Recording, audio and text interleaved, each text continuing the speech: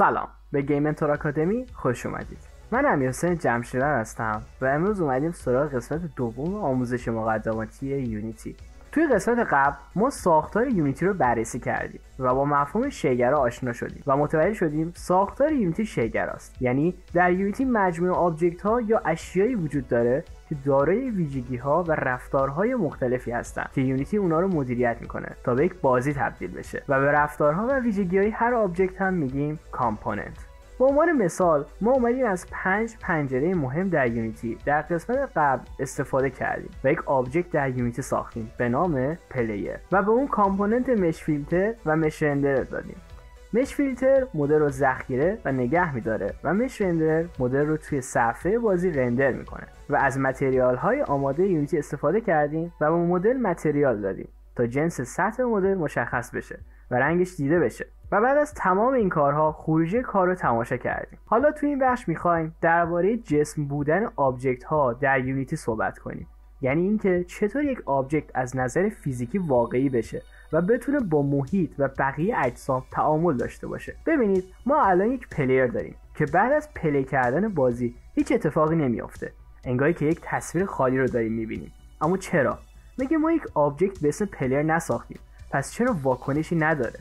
جوابش ساده است. ما برای پلیر دو تا کامپوننت اضافه کردیم که یکیش مدل رو ذخیره و یکی دیگه رندرش میکنه.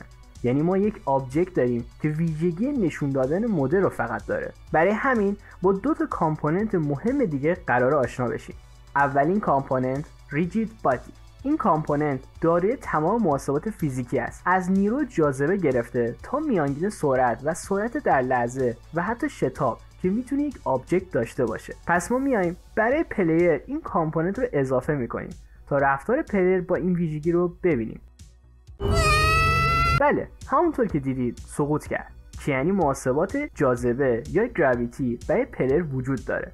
اما خب با توجه به اینکه یونیتی یک دنیای نامحدوده است، پلیر ما تا ابد به سمت پایین سقوط میکنه.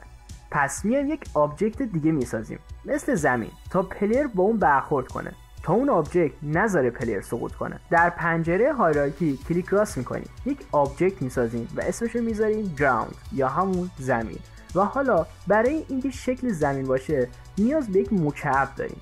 پس برای دادن مدل مکعب به این آبجکت مثل پلیر در پنجره اینسپکتور از کامپوننت رو میزنیم، مش فیلتر از مکعب یا باکس پیشورز یونیتی استفاده میکنیم و حالا باید رندرش کنیم.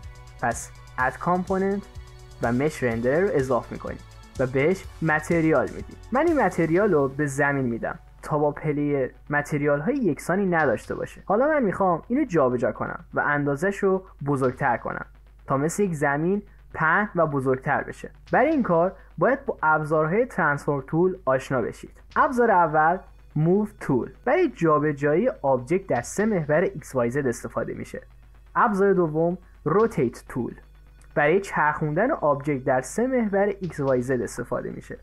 ابزار بعدی اسکیل تول برای تغییر اندازه آبجکت در 3 محور XYZ استفاده میشه. به عنوان مثال میخوام از موو تول استفاده کنم و زمین رو پایینتر از پلیر بیارم.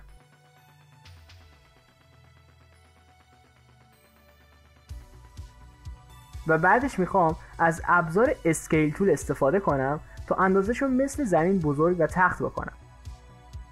حالا ما یک زمین داریم و یک پلیر که دارای مدل و فیزیک هست. پس باید پس از پلی شدن پلیر به روی زمین بیفته و با اون برخورد کنه. همونطور که دیدید پلیر از زمین رد شد. اما چرا؟ ساده است. ما به پلیر و زمین کامپوننت یا ویژگی ندادیم تا مثل یک جسم رفتار کنه، یعنی با برخورد با اجسام واکنش بده.